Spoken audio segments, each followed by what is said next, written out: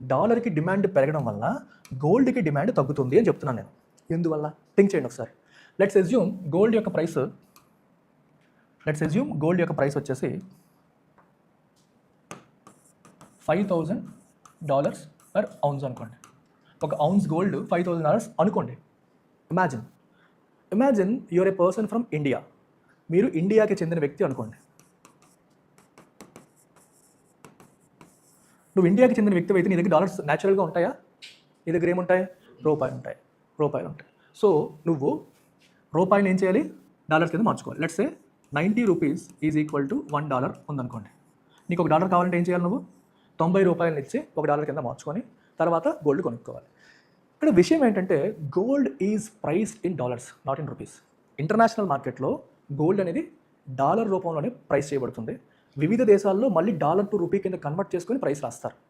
Gold price ఎంత అంటే it is always expressed in dollars. మనకి ఎందుకు సార్ రూపాయల్లో చెప్తారంటే ఆ డాలర్ని మళ్ళీ మన రూపాయల కింద మార్చుకొని మనం చెప్పుకుంటున్నాం.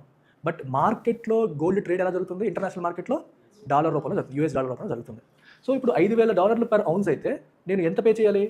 90 రూపీస్ ఇంటూ 5,000 కదా, ఎంత అయింది? 45, 4,50,000 రూపాయలు per ounce. This is my cast. నేనేం చెప్పాను? ఎలాంటి సమయంలో డాలర్కి డిమాండ్ పెరుగుతోంది అని చెప్పాను. డాలర్కి డిమాండ్ పెరిగితే డాలర్ ఏమవుతుంది? స్ట్రెంగ్తెన్ అవుతుంది. డాలర్ ఏమవుతుంది? మిగిలిన కరెన్సీలతో పోలిస్తే స్ట్రెంగ్తెన్ అవుతుంది. సో అప్పుడు 90 రూపీస్ ఈజ్ ఈక్వల్ టు $1 కాస్త ఎలా అవ్వచ్చు? స్ట్రెంగ్తెన్ అవుతుందంటే 100 రూపీస్ ఈక్వల్ టు $1 కూడా అవ్వచ్చు. రీసెంట్గా మొన్న 93 దాటిపోయింది, 94కి వెళ్ళిపోతుంది.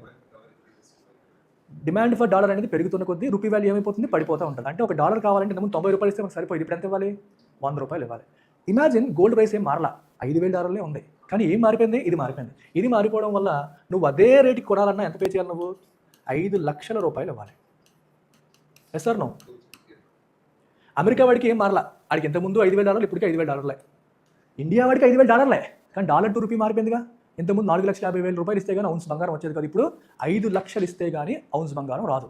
సో చూడడానికి మార్కెట్లో ప్రైస్ అలాగే ఉన్నప్పటికీ కూడా ఫారెన్ ఇన్వెస్టర్స్ పాయింట్ ఆఫ్ వ్యూలో when dollar price rises, dollar strengthens with respect vis-a-vis their currency, వాళ్ళ కరెన్సీతో పోల్చుకున్నప్పుడు డాలర్ రేటు పెరిగితే ఏమవుతుంది?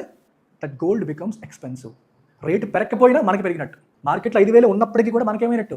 పెరిగిపోయినట్టు మన రూపాయలకు చెల్లించాలి. సో మరి ఎప్పుడైతే ఇలా పెరిగిపోతుందో డిమాండ్ ఏమవుతుంది? చెప్పండి. డిమాండ్ తగ్గితే అప్పుడు ధరలు ఏమవుతాయి? తగ్గుతాయి. Is it clear?